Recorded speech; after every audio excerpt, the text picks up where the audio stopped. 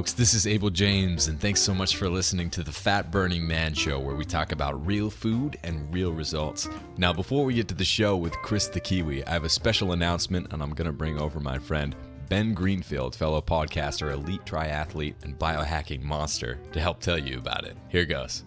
Hey, folks, it's me, Ben Greenfield. And this is Abel James. And you may recognize me, Ben, from the Ben Greenfield Fitness Podcast. Or me from the Fat Burning Man Show. Today, Abel and I want to tell you the number one workout that we're doing right now to burn fat.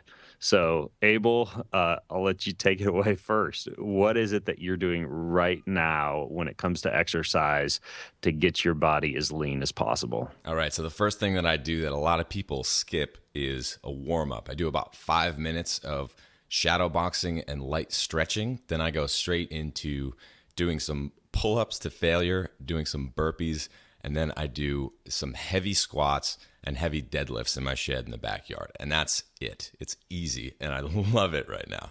Did you just say a shed in the backyard? That's right. I work out in my shed, or usually I work out actually in my backyard in the sun because it's just that nice in Austin this time of year. I was going to say the shed's about as masochistic as you can get, right? You can just see you out there doing your squats and deadlifts. That's where my punching bag is.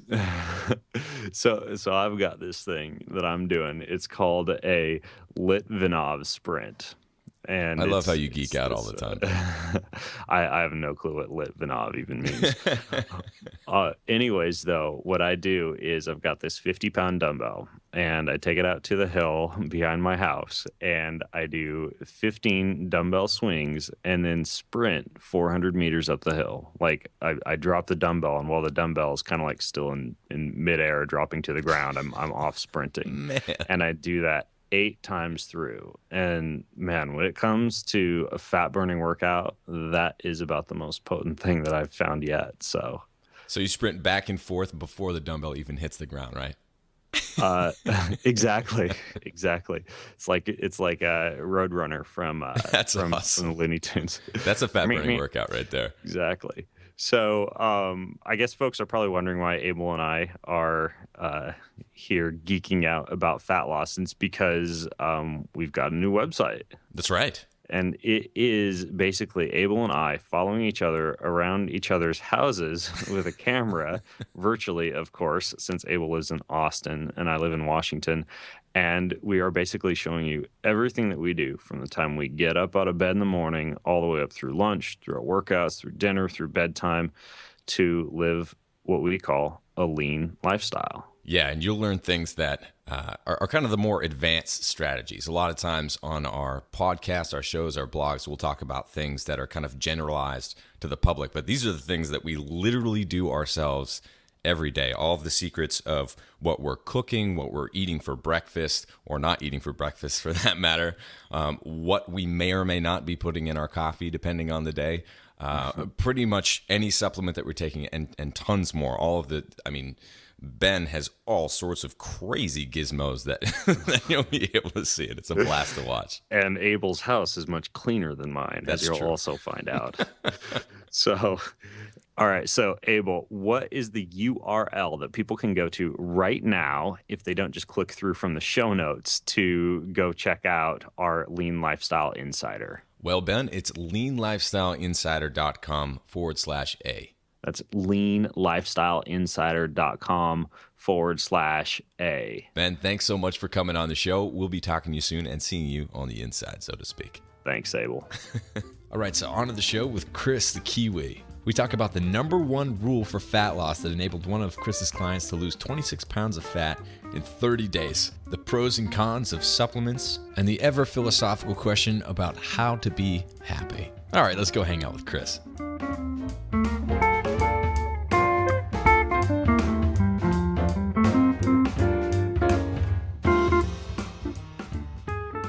All right, folks, Chris the Kiwi Ashenden is a native of New Zealand and an avid traveler. He's been to over 60 countries and has his bachelor's of science in sports and exercise science and years of experience as a nutritionist and strength coach. He's a spokesperson for Athletic Greens and writes a newsletter entitled Kiwi 2 Cents on fat loss, nutrition, and happiness through health. He's also been publicly slapped in the face by 2 women in the same evening. Welcome to the show, good sir. Mr. Abel, thank you so much for such an introduction, mate. I now feel like I have a lot to live up to. Absolutely. So let's start with your name. How did you get the name of the Kiwi? Well, mate, I'm from New Zealand, obviously, which probably explains why you sound different to how I do. But mate, New Zealand has our native bird is a small, fat, flightless, nearly blind nocturnal bird called the kiwi, indigenous to our country, doesn't pop up anywhere else. And so people from New Zealand are typically nicknamed Kiwis when we travel. Yeah. Australians are Aussies, New Zealanders are Kiwis. And I was at a seminar in the US quite a few years ago, and a good buddy of mine just started calling me Kiwi, and then the Kiwi, and then everyone else there started calling me, oh, it's Kiwi. And it just kind of stuck, right? And I used to avoid it and say, hi, I'm Chris, and now I You gave roll up. with it. I embraced it. I'm now the Kiwi, or Chris the Kiwi, or that idiot Kiwi, or that annoying guy with the strange accent, whatever you prefer, mate. I answer to all of it. Embracing the Kiwi. I like that. Embracing the Kiwi, mate. Surrendering to my Kiwi. That's probably the other way to put it. Yeah. And you also embrace paleo, as I understand. And a lot of my listeners will love that. Well, mate, I'd love to hear a little bit more background about exactly how you came into this fold. But yeah, I'm very, very pro the paleo template. I think the lessons there, the lessons and the power of that approach when applied correctly are great. I think some people can get a little bit carried away with some elements of it, but Yeah. I agree. yeah. Overall, it's not a religion. Overall, it's so much more good than bad. And Yeah. I think if the world embraces something along those lines, we'll be a much happier place. Totally. Well, just to answer your question, I know a lot of my listeners have already heard this, but maybe some haven't. But my brief background and how I got into all this was I was always really interested in health. Came from a small town in New Hampshire, and my mom she was into naturopathic medicine. So she was, whenever we got sick, rubbing smelly bombs on us and stuff like that, and always kind of had that appreciation for real food. And that led me down the path of being a vegetarian for a while, which was fine until I reached my early 20s, and everything started to fall apart. I was definitely getting some nutrient deficiencies, gut issues, and so I was putting on weight. I was all puffy and just in bad shape. Got kidney stones. It was ugly. Couldn't sleep at night. Wow. And my doctor tried to put me on all sorts of medications, and in the end, I just decided to take everything under my own control and find out how to actually fix myself, because there's no reason that anyone should be falling apart at their early 20s, right? Not at all. I fired my doctor and researched everything to death for a few years and came out with something that looked a lot like what paleo has become today, which is combining, relatively high to moderate fat, moderate protein, and lower carb with real food and sustainability and stuff like that. And so that's what it's all about. Yeah, well, mate, how old are you now? I'm 28. Dude, so I'm glad you caught it all early and save yourself years of crappy living. I know. It could have gotten a lot gnarlier. Mate, And that's I've why got- I wanted to put this show out too in my books, because everyone deserves to know this stuff. It's not difficult. Like you said, I was reading on your blog, you have one rule for fat loss. Why don't you talk about that? I think it's brilliant, because fat loss is not difficult. You just kind of have to follow the right advice. Well, mate, obviously I'm not a believer that there's one approach will fit everyone. I think one approach will fit many people.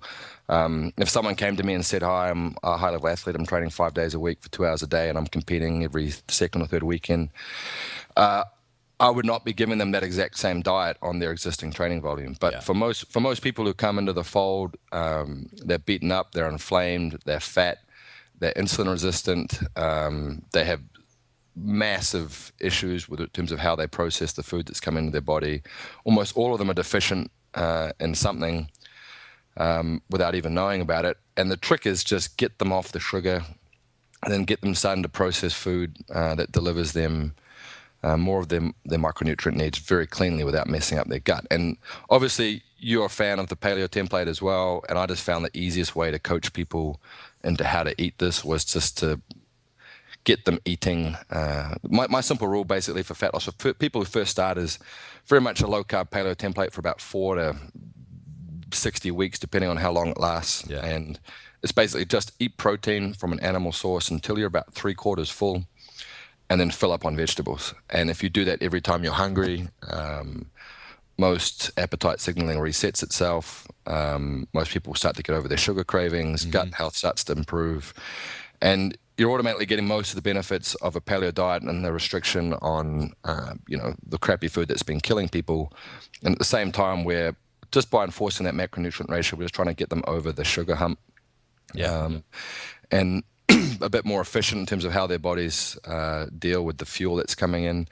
And pretty quickly, it works, man. And it doesn't work forever, but it works for, I'd say, 90% of people. I've just found it very, very easy. We just had a lady there who, in 15 months, I think she lost an average of 9.8 pounds a month. Her first month, she lost about 26 pounds of fat. I'm not really a fan of counting the scales, but when someone starts at 290 and ends up at 140, it's kind of hard to say it didn't work. That's true. Yeah, and it's easy, man. I just find it with most people, it's just a simple rule. You just sit them down and say, you order your animal protein, you eat it till you're nearly full, then you fill up on vegetables. And if people do that, they don't have to do all the head craziness of counting, weighing. Some women have issues with how much protein it really is. Is particularly people do in generally, but some women really have issues with just how much protein it really works out to be. Yeah. But it's easy, man. I don't know if you've ever tried just doing it that way, but it's easy. And after a little while, you just get used to more or less what those ratios look like. And then once people are into the eating pattern, I will start cycling both sort of, if they really want to get aggressive and I'm dealing with them more personally, I will cycle like high calorie days, low calorie days, and then carb cycling to speed things up. But typically you can do that and just ride that pony for a very, very, very long time with, and it's just so easy, man. It really is. Yeah. Yeah. That's very similar to my fat loss protocol when people first start off, because a lot of them, even though the ultimate goal, and I want their ultimate goal to be health, a lot of people start out, they just want to lose fat, they want to lose weight, they want to look better, that sort of thing. And so that's okay with me as long as that's the hook into more of a lifestyle approach, which is all about eating things that you enjoy. One of the things I like about doing your protocol and the one that I start with, especially focusing on protein, is that you do get full. You don't have to struggle with hunger, because that's just not an effective long-term strategy when it comes to fat loss. If you're hungry, you're miserable, or at least I am. I could never bear that. Well, mate, I 100% agree with you. We used to call it hangry, the hungry-angry combo. Exactly. And you can literally fix that in about 2 or 3 weeks. So the protein, there's a lot of arguments over like what macronutrients are best, what ratios. I actually don't care in the long term, as long as people are focusing on a food quality standpoint. Yeah. But if you were starting with a child and you never fed them anything other than basically Paleolithic foods and gave them a clean life, I don't think it would matter where the ratios were coming from. I think that they do just fine. They wanted to get bigger, they probably need a little bit more protein to sort of provide the building blocks for muscle growth. But overall, I wouldn't really worry about it too much. But you get someone who's come in and been running on 60 to 70% of their calories a day from basically refined carbohydrates, and forget about it, mate. They're broken. They're fat. They're broken. They're miserable. And I agree with you. You don't tell them, look, we're going to make you. You don't necessarily sell them on, look, we're going to make you healthy. No one really cares about health unless they're sick, unfortunately. Yeah. But I absolutely agree. That fat loss hook, mate, is awesome. So it's the old sell them what they want, give them what they need. Yeah. For better or worse, right? Yeah. Once they're in and they're healthy, it's too late. We've got you. Yeah. You won't want to feel like crap anymore. Yeah, exactly. Yeah, it's addictive. Feeling great is addictive. Feeling great is absolutely addictive, mate. And I can't explain to people enough. Having been in both camps of just waking up and feeling like Superman, and waking up and being able to move for like days on end, there is no comparison, mate. And unfortunately, some people who currently get up, go for a pot of Java, go to work, come home, kind of have limited libido, limited energy, have trouble sleeping, take one of any of whatever frickin' chemicals their doctor thinks is a good idea. Yeah. They think that's normal, and it really annoys the crap out of me, because that's not normal. That's just what currently happens a lot in Western society. That's not normal at all. And for people to be put into a bell curve where the other people that have been looked at in that bell curve are fat, sick, unhealthy, miserable people whom I wouldn't want to trade my life with, like, for anything, I get very annoyed. The people that should be compared to in the bell curve are the healthy, dynamic people who are winning the game of life from a health, and that's we can push it down some doctors' throats, mate. We'll get some more movement on this thing. We're starting to convert them. They're coming along.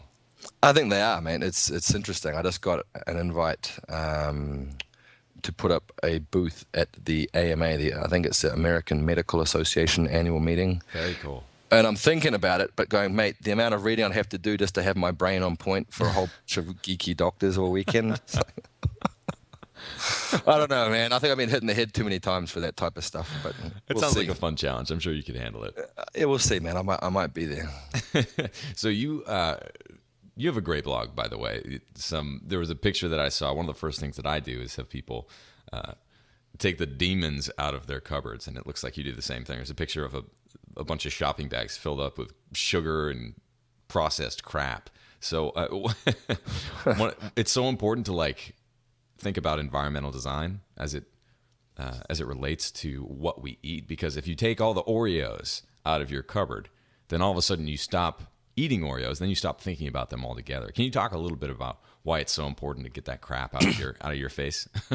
Well, mate, it's the overlying, the fundamental, the easiest trick to double anyone's compliance in any fat loss protocol or any lifestyle protocol is if it's not there, you can't eat it. It's like, it's not even a trick. It's just such freaking common sense that, look, you have a cocaine addict, you don't put like 50 bags of cocaine in front of him and just say, hey, mate, don't touch. It doesn't work. No. And I think if more people started by just cleaning out their house, I think they'd be way better off. So what we typically do is when I deal with coaching clients, first step we do is we don't actually do the house first, depending how close they live to a supermarket. We'll normally go to the supermarket first because then everyone feels good about buying something. They get a bit of retail therapy. Mm-hmm. They don't always like the bill if they're buying their grass-fed meat at Whole Foods, but we talk about cheaper ways of getting that later on. And we just load them up and they go home with bags and bags of good food. And then real food. Then we just go through the house and I literally will take those same shopping bags and just fill them up with all the crap they have in there. And there's a fair amount of screaming that frequently goes on, but they get it pretty quickly. And the simple reason is you have food in the fridge that's good for you, food in the pantry that's good for you, and nothing that you can reach for when you get that little impulse binge. Mm-hmm. You have to get in your car and drive or get out of the house and walk, and that little extra step before you can satisfy that craving or that sort of binge desire can often be just enough to stop people from actually doing it. So just like you said, man, the Oreos aren't there. People may or may not actually have the motivation to just walk out of their house, go to a supermarket and buy the Oreos and then stuff them down their face. If they're not there, they can't do it. And I take that same principle and apply it very aggressively for eating out. And the easiest trick in the world, if you want to stay clean. People complain a lot about eating out, and it's hard to do it. It's absolute rubbish. It's just total crap, mate. It really is. You just basically sit down when that waiter comes along, and I don't care what ethnicity restaurant you're eating at. If it's most Western restaurants, they're going to put down some bread or some breadsticks. You just say, thank you very much. Please take those away. We're allergic. And they're gone. If it's a Thai place, it might be rice crackers or something similar, they're gone. Italian places are pretty hard because it's typically really yummy bread with, some yummy olive oil sitting in front of you. Yeah. And if you have friends, you just say, take it away, it's gone. And just that alone, mate, it means you can't eat it. It's pretty hard. Yeah. Yeah. One of the things I do is literally push it away from my face. Because sometimes, especially if you're going out with a bunch of people, and I try not to, go on all-out diatribes about how other people should eat. It's just not appropriate. They need to come to that conclusion themselves. So oftentimes I'll go out and there will be bread or tortilla chips, which are definitely my kryptonite. And so they're sitting there at the table and I literally push it a few inches more away from me. And I look at other things, and that seems to help a lot. But it's interesting because what you said about getting food out of your house and making it slightly more inconvenient, like even a little car ride away or a walk away. The opposite applies for people who only exercise at the gym. Like if they only exercise at the gym, sometimes the act of hopping in the car or even putting your shoes on to go work out prevents them from actually doing it. And I know you're a fan of like working out not at gyms necessarily, just playing. So why don't we talk about that a little? About working out, I think the key to the whole workout question, mate, is probably getting away getting away from the idea of working out per se, Yeah. and for those who want to, calling it training, and then for those who just want to move, just calling it movement, and separating those two paths. So I used to annoy me when people say I'm going to go work out, and there wasn't much work in the whatever it was they were doing when they got to the gym. It's you turn up there to train, and you can have fun, but you train.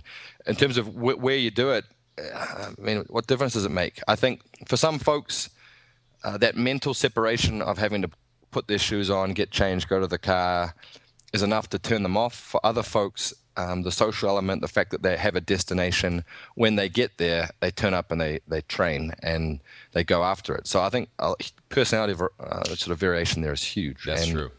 For those, I can't remember the name of it, but there was a very successful protocol where people just had to turn up and log 1 minute in the gym. And I forget the background to it, mate. I do apologize, but they had a staggering amount of compliance success because people would come for 1 minute, and if they wanted to, they could leave. But they had to turn up and log this 1 minute. And most people stayed an average of 5 to 17 minutes the first 2 or 3 weeks. And I think by the time they got to about 4 weeks in, these people were averaging about 25 to 40 minutes. Really? And just that fact that they had to turn up. I can't remember what the scoring was, but if they didn't do that, they had some penalty. But wow. But in terms of working out, mate, I'm a pretty big fan of just movement in general. For most folks, it's just get out and walk around is like the easiest initial hurdle. I think resistance exercise is key if you want fast results, but you can do a lot of that at home. Totally.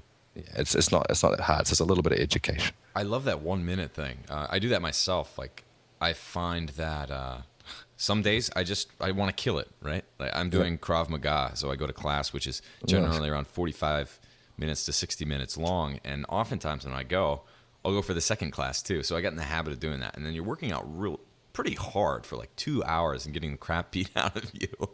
And so what that did to me mentally is I started to associate going to that class with a heck of a lot of work, thinking that I have to go for 2 hours. And so that would prevent me from actually going. So what I've been doing lately is just going for the quick 45-minute bag class just to get myself in the habit again of like enjoying it. And you just need to play those little tricks on yourself to keep it rolling. James Clear was on my show a few weeks ago, and he talked about one thing that he does is going for a workout, like a heavy lifting workout, and just doing literally one exercise. And he said it's been really effective because he's so compliant. It's easy to get in there.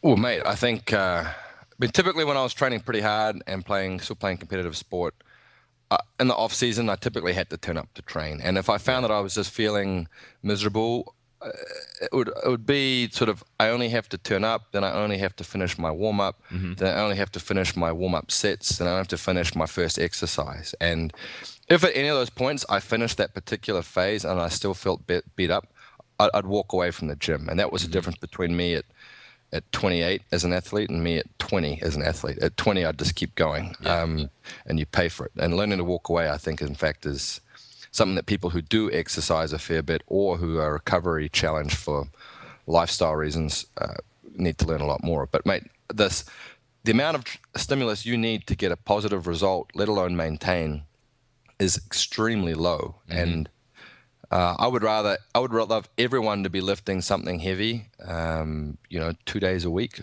even if it's their body, and just looking for bodyweight exercises at the moment that are probably enough to challenge. Yeah. And that just a couple of sets literally is enough to get a pretty amazing amount of stimulus. But in terms of what people do, I'm not a fan of people who want to go sit on a piece of exercise equipment for 30, 40 minutes. I think that's stupid.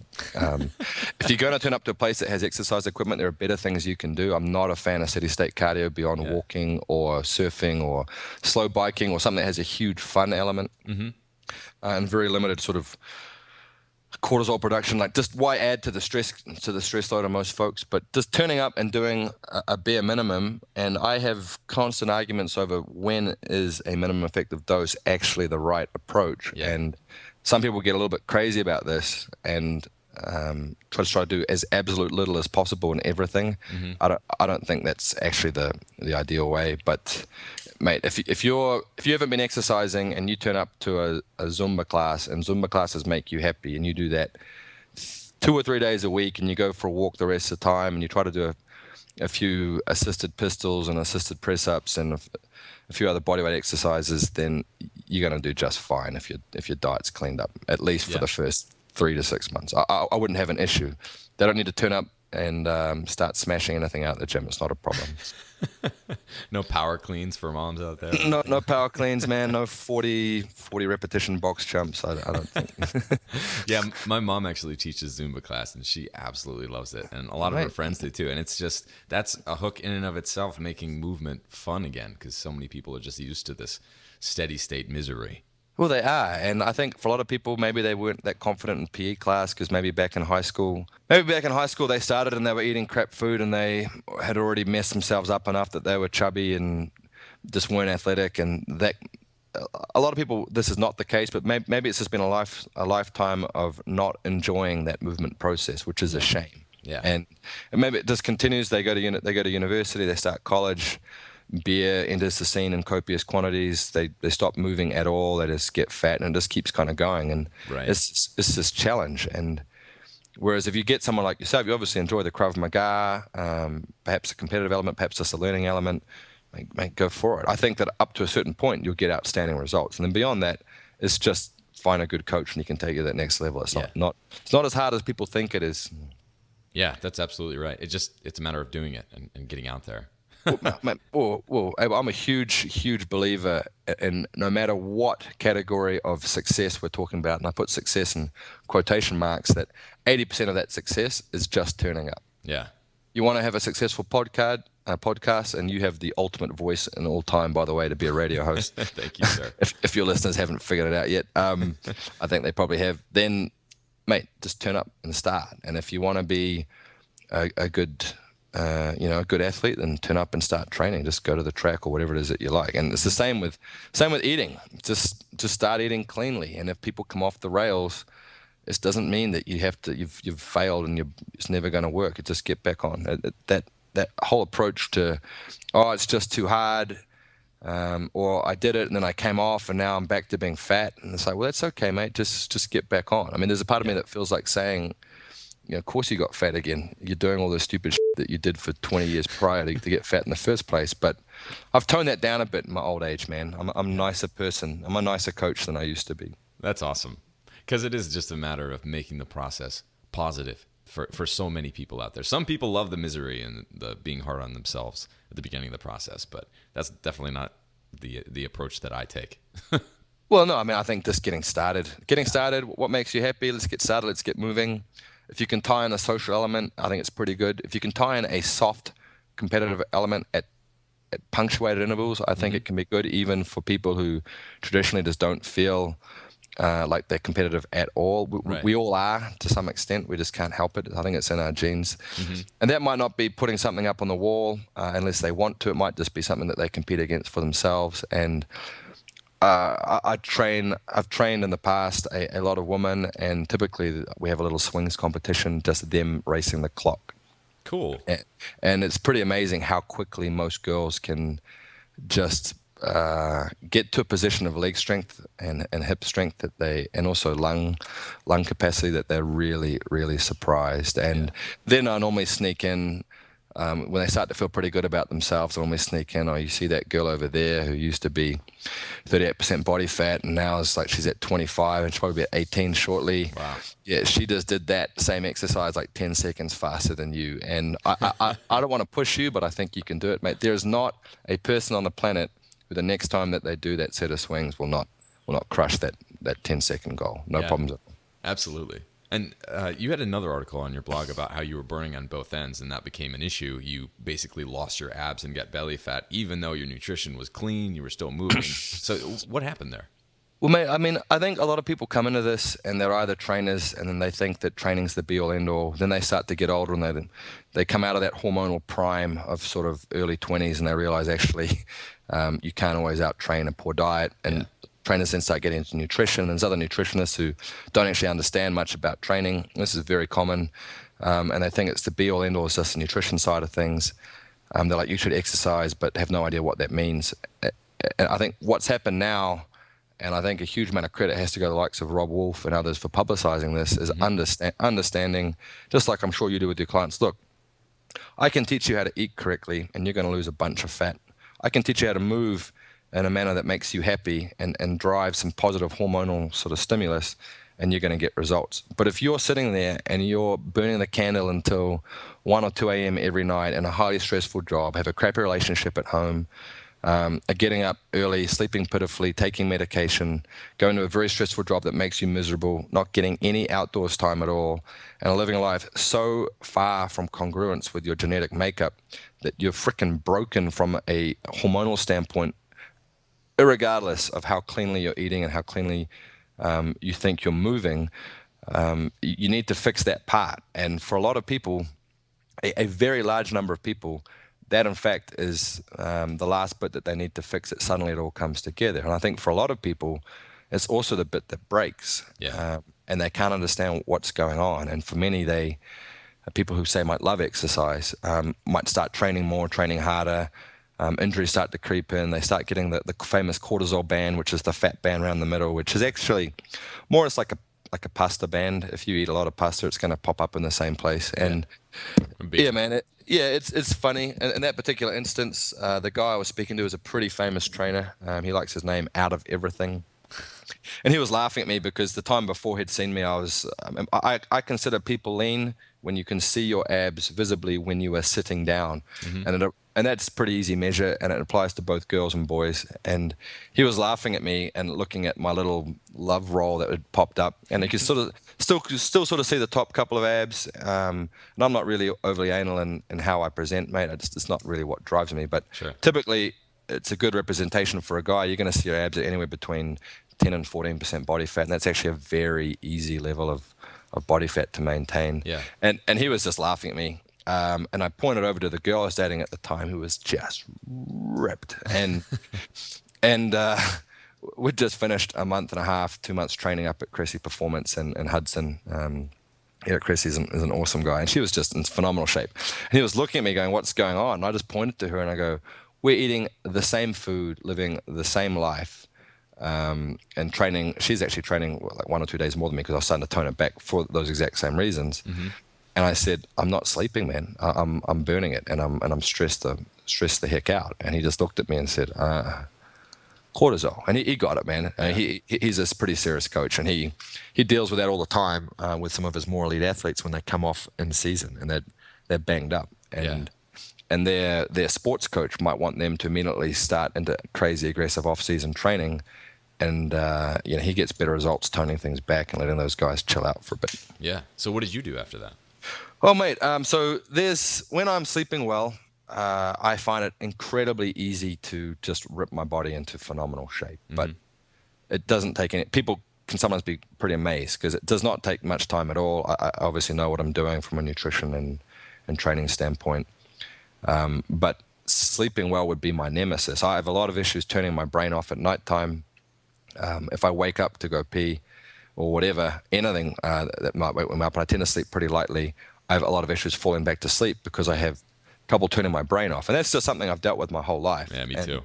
yeah, and it's hard, man. If you have something that's really driving you, that you're passionate about in your life, and it's sort of very exciting, it can be very hard to shut that off. And meditation, zoning out, some hypnosis, having a handy lover that doesn't mind being woken up, anything that can kind of take your brain away from what it is that's been keeping there can help, but they don't always work. And I find that when that happens, I've learnt my lesson. I back right off any hardcore training goals, and I call it training for happiness. Yeah. Oh, that's great. And the focus changes. And I've thought about potentially writing out an article on how I would train that way, and it's not that difficult. You turn up to the gym, you train for a neural stimulus and an anabolic stimulus, which means typically a very small number of sets of explosive repetitions of full body compound exercises and then walking away. So you might do those at a relatively lightweight, extremely explosively, or a very small number of sets at 80 to 90% of your maximum, just very explosively again, just for 1 to at most 6 sets, and then walk away. And it can be very hard because you feel good. Like you will literally just suddenly wake up, you'll feel pretty awesome. And most people are used to leaving the gym completely trashed. And I try to say, look, just because you don't feel like someone can wipe the floor with you right now doesn't mean you haven't had a positive stimulus from that particular workout session. Yeah. And I'll walk out. And with women, mate, this is much harder because women don't feel like they've trained unless they have difficulty breathing at any given point. They really don't. They're quite a different makeup to some of the guys I know. But Abel, if you can, yeah, man. But if you can walk out of the gym or walk away from your little exercise session well under that, anywhere near fatigue, and your nervous system up and ticking, and then just go for a walk in the sun and just do that 2 days a week. Walk as often as you can. Try to tie in some outdoor fun. That might be surfing, hiking, a low-level cycle with your mates if you live in the hills. Just get outdoor with your family on the weekend, throw a frisbee for your dog, and maybe chase him a little bit. And, mate, it's dramatic. It can be very dramatic. It is. And you smile more when you do it that way. You do smile more, and you tend to get lean quickly. It doesn't feel like it the first week or two, and then suddenly things start to come together. But for people who are obsessed about body image or just love exercise, toning them down to that level can be really, really, really hard. Yeah, that's absolutely true. I've been having my own struggles. It's South by Southwest right now in Austin. So like we said before this show, it's been an absolute madhouse here. And, I've been entertaining guests in my house, and some of them were up until 5:30 and kept me up till 5:30. And it's amazing. It took me like 2 days to recover from that and just get back onto my schedule. I'm still kind of sleeping in more than I'd like to, but that affects your training too. Like normally I try to get at least one session in a week of just heavy weight. That's one of my goals, just be able to lift heavy. And so I try to do that with deadlifts and other compound exercises at a heavy weight. And I got in there in my shed in the backyard, and I just wasn't feeling it. When you get in there and you want to crush it, you kind of have that moment right before you have that explosive lifting of the weight where you're like, yes, I'm going to crush it. This was just like, nope, definitely not happening. And when that happens to you, you can't. You can't, even if you can normally do it 17 times, say like this deadlift at a certain weight, you can't do it 5 if you have that mental thing going on. So I stepped away, and then I just focused on doing really light weights, made it super fun, and walked away after like 20 minutes. And I felt great. And actually, it's weird. I'm like super sore today. I think I got a really good workout in. Well, mate, I would have said to you had I been standing next to you, and if you'd been inclined to listen, because obviously I'd say we're probably going to end up mates, and your mates never listen to you. Yeah, that's true. I would have said, hey, mate, just give me 2 beautiful reps. Like I know you can normally do 8, 10, 15, whatever. I want 2 perfect reps. Yeah. And after the second one, we try and go, that was freaking awesome. I'd say, okay, we're done. And let's go do something completely different, because I think also, when it comes to strength training, and this is your particular example, obviously, turning up, doing something you normally used to be able to do at a certain volume or a certain weight, it can be quite depressing. And I think you're better off to have a small win in a different exercise, feel okay about yourself, and then that mental asset move on. But you're right, man. I personally think that punctuated periods of partying or just doing something crazy social are actually extremely good for us, and I really do. But doing it repeatedly, you can see how quickly it impacted your performance in the gym. Oh man, it's nuts. I forgot how bad it can be.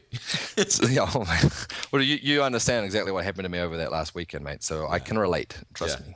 Absolutely. Now, I did want to. We're coming up on time, but I did want to talk to you about this before we go. Let's get a little philosophical, Chris. Let's talk about how you can be happy. All right. You're an expert on this. Well, mate, I'm an expert on it because I got to a point in my life where a lot of things were working for me, but a lot of things weren't. And I sat down with my sisters. My sisters live in England, and I went over there to see them. And they both sat me down and said, "Look, no one else is ever going to know this about you, but you're completely different, and we think you're depressed, and we want you to go see someone." And I was like, "Forget it. Like I'm not a." And then what they said hit home, and I was like, "Well, these are people who know me and love me the most, and they're saying your personality is different." And I stopped and took a long look in the mirror. I actually went and saw a doctor who promptly said, "What do you want?" And I was like, "I think I'll pass, thanks," in the drug department. And it just made me look at it. And I realized, you know what? Look at the difference in my patterns of behavior that are basically telling me I'm freaking miserable. Mm-hmm.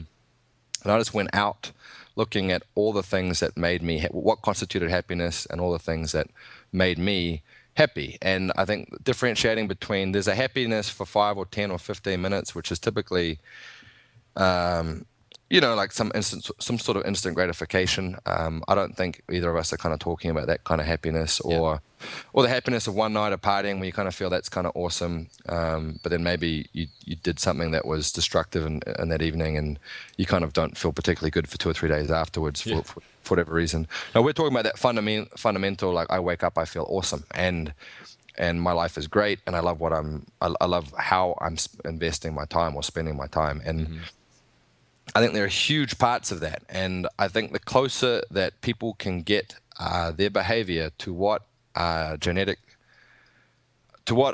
basically has been designed to expect, and that is time with nature, chill out time, a lot of community, time with family, movement, just not putting your body into sort of crap into your mouth.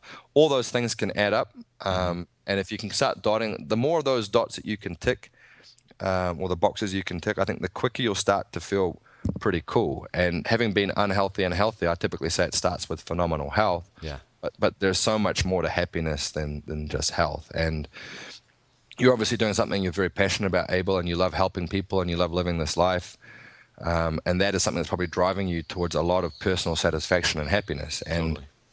But I would argue that you might be doing that, say, in a career that has nothing to do with health and fitness, but completely miserably unhealthy, never moving.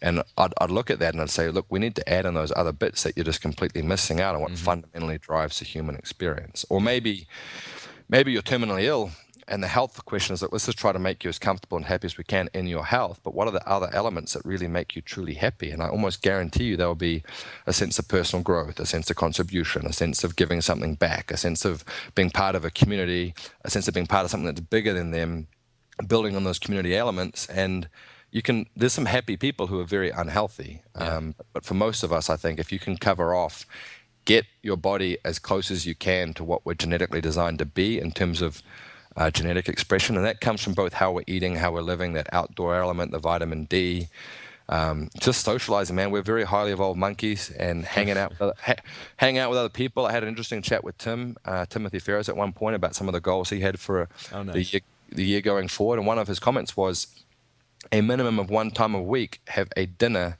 that involves 6 or more people and hearty conversation. So that was like a goal, because he just realized, and it's very, very true, that social element of a sort of an environment like that really, really push the happy buttons. And I'm the same with doing that. I'm the same with hanging with my family. I'm the same with trying to get outdoors into nature, trying to get sun on my skin. There are a few things that can make me happier, mate, than getting outdoors, ideally with a group of people and moving under the sky. And but getting them all together is hard. But trying to get them all together is fun, and I recommend everyone goes after it. Yeah, that's true, and that's so right about the social aspect. And this is one that I need to remind myself of. Even though I am an extrovert, like sometimes I need to be dragged out because I'm so excited about what I'm working on. But if you look at the happiest memories in your life, it's never the days that you worked the hardest on whatever crap you were doing that day, or it's not about your best workouts. It's about those amazing moments that you have with your friends and family. And so, like, making that a priority, you're right, is so important. Now, before we go, obviously you're a guy who prioritizes health and eating well first and movement, but also supplements play a role in what you do. You're a spokesperson for Athletic Greens, which I take myself. I know Tim Ferriss, who was on the show a few weeks back, also does. Isabel, who is also on the show, is a fan. I'm a big proponent of using whole food supplements. So yours is really interesting. Can you talk about the role that supplements could or should not play in someone's healthy lifestyle? Well, mate, sure. And I'm very, very quick to say, look, I work with and for a supplement company. We don't even call ourselves a supplement company, really, but I work in that industry. I think most of the information in the industry is complete rubbish. And I'm very quick to say, look, food is first. Food and your quality of life, away from anything that comes in a package that includes a supplement, are just so much more important. And if you lived a life where You weren't exposed to environmental toxins. You were living very much in congruence with your genome. With your genetic makeup, you were outdoors. You were happy. I mean, the odds that you would actually need some type of dietary supplement or to top up the gaps or anything else are so you don't actually need one. In fact, even for most people living in an urban environment now, do I really think that they have to get this into them? The answer is absolutely no. Yeah. But is it a good idea to give your body a best crack at the title, so to speak? And by title, I mean being really healthy. And I think that, look, we don't always eat the way we're supposed to do. You and I, look, we do this for a living. You and I don't sleep as much as we should. True.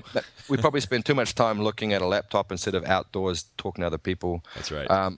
We're exposed every day to stuff that our bodies aren't really designed to be exposed to, and that might be artificial light, it might be pollutants in your water, it might be the occasional bad thing that you eat on your cheat day, or whenever, who knows. But I got the shock of my life walking into a clinic, getting tested, and finding that I was clinically deficient in a couple of pretty vital nutrients. Really? That's how the whole beast came about, mate. Yeah. It's probably a story for another time, but I think it is a very good idea to give your body some insurance against nutrient deficiencies, which I think are far more rampant than people realize. And you have to be aware that if you're being compared under that bell curve again to all the fatties who are sick and their levels of nutrition based on the diet that they're eating and the bell curve of what they think is normal, crap, like total crap. Just ignore it completely. Science would sort of dictate quite a different approach, but that's obviously ignored by the FDA and USDA and everyone else within DA in the name. And mate, I'm just very, very pro and look, get everything right and then take it to the next level. And one of the tricks to doing that, and especially for people who find that they can't quite get it right, even though they're doing everything else right, they're kind of like, well, how come I haven't had this miracle response? How come my body hasn't changed as much as my neighbors who's eating the same way as I am?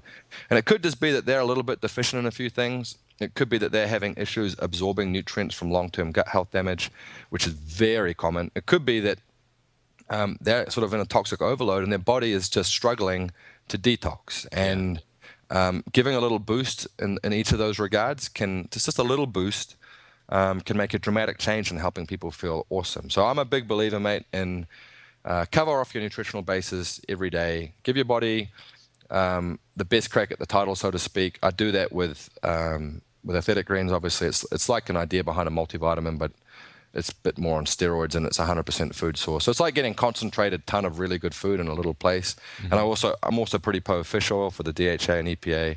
And for people who don't get enough sun, I really recommend the sun. Like, I could not beg you to get outdoors more, pretty much no matter where you live. But for those who just cannot or will not do it for lifestyle or location reasons, take some vitamin D, and that's it. That literally is it. Yeah. Awesome. So before we go, why don't we talk about what you're working on now, Chris, and where folks can find you? Well, mate, I tentatively blog, not always, mainly because we started off, obviously, the customers in our company asked for information. I started writing newsletters by email. Then I still write those by email, and then occasionally I blog them. People can see whatever I've been blogging about when I actually get on there, and I'm a bit lazy in that regard. I apologize. At christhekiwi.com. And if they want to see more about Athletic Greens, just Google Athletic Greens. It'll come up pretty quickly. And we're lucky enough that we have the pretty vocal support of some pretty major players in the health and fitness industry. And we're not shy in stating that we don't really want to be a big company, but we are delighted to be the best. And I hope someone gives us a try and then holds us to that standard. Awesome. Well, thanks so much for coming on, Chris. This is great, and I think we're going to be mates, like you said. Yeah, man. Well, mate, definitely now that I know you're in Austin, mate, you're in trouble. Do you think those friends of yours are keeping you late at night? You have no idea. I hear that. Well, thanks again so much for coming on. You're welcome anytime, Chris. Thank you so much, Abel. I really appreciate the invite, mate, and it's been great chatting to you. And I hope, even in my befuddled state, I had food poisoning all weekend, guys, so I've been a wreck. And I hope even this befuddled state, if your listeners get some value, I'll be delighted. Absolutely. Thanks so much, man. Thanks, man.